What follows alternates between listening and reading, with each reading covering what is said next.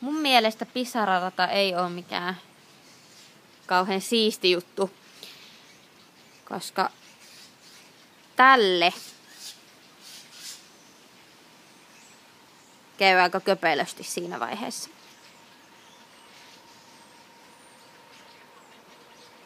Mun mielestä pisararata on aivan erinomainen hanke. Siis se on ajatellen ekologisuutta, mitä suomalainen junaliikenne edustaa aivan kärkipäässä, ja käytännöllisyyttä ja Helsingin seudun markkinoiden tulevaisuutta, liikkuvuutta, niin se on aivan erinomainen ratkaisu.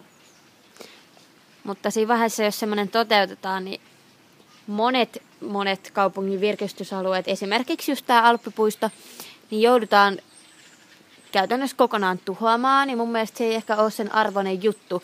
Tai siis se, että voidaanko me olla silleen meidän väestö kasvaa täällä pääkaupunkiseudulla, me tarvitaan lisää julkista liikennettä.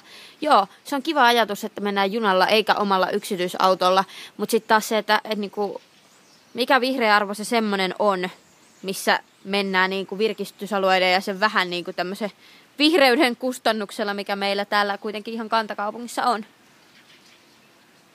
Mun mielestä ei voi puhua sellaisesta ihmiset eivät mene yksityisautoilla, koska yksityisautoilu on kansainvälisen ja globaalin ilmaston kannalta erittäin suuri ongelma.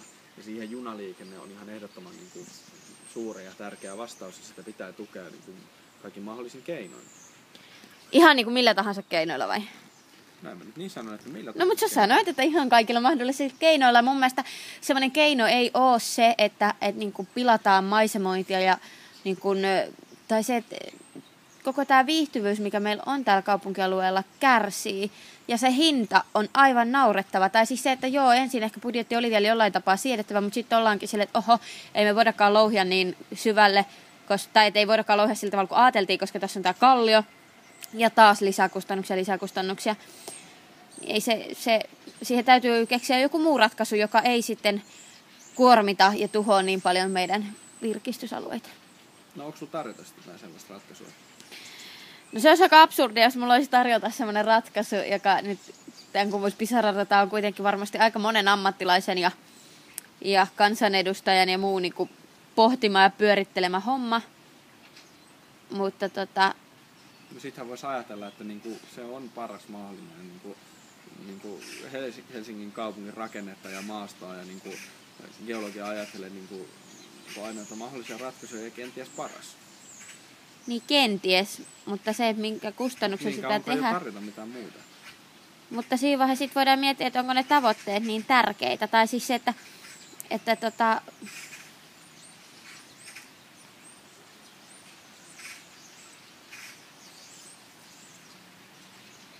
onko ne tavoitteet niin tärkeitä ne, että niin kuin saadaan julkista liikennettä, junaliikennettä.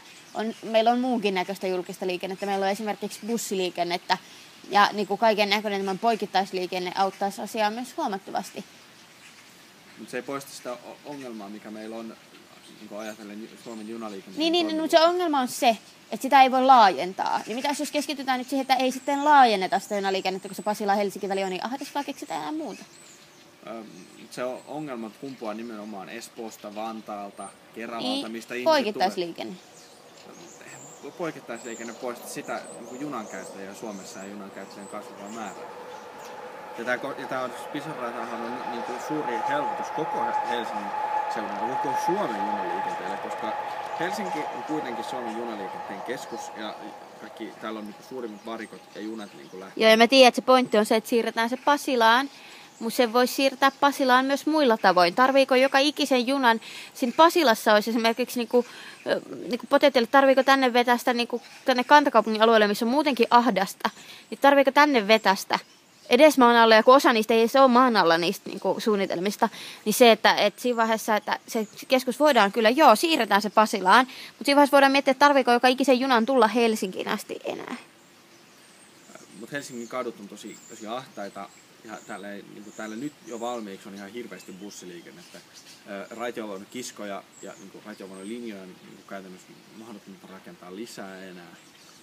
Ei, mutta siis se, että sitten jos se on se ongelma niin kuin se Pasila-Helsinki-väli, niin emme mun mielestä tarvita sitten kuitenkin, siinä menee 7A, siinä menee 7B, siinä menee 9, että silleen niin kuin all fine, mutta se, että niin kuin esimerkiksi huomattavasti halvempia keinoja on niiden vuorovälin lyhentäminen, kuin se, että ruvetaan rakentamaan pisara-rataa. Mutta matkustajajounan vetävyys on paljon isompi kuin Sporan. Siis, jos haluttaisiin niinku raitiovaunuja, jotka riittäisi, niin sehän pitäisi olla siis... Sehän pitäisi olla käytännössä niin yksi jatkuva raitiovaunu, kun ei siinä raitiovaunuun mahu yhtä paljon ihmisiä kuin sinne junaan. No se on kyllä totta, on hankalia kysymyksiä.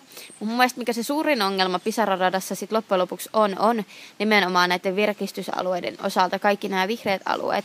Et siinä vaiheessa ehkä joku kompromissi siihen voisi olla just se, että niin kun löydetään ratkaisu, joka sisältää sekä Pisara-radan että tämän.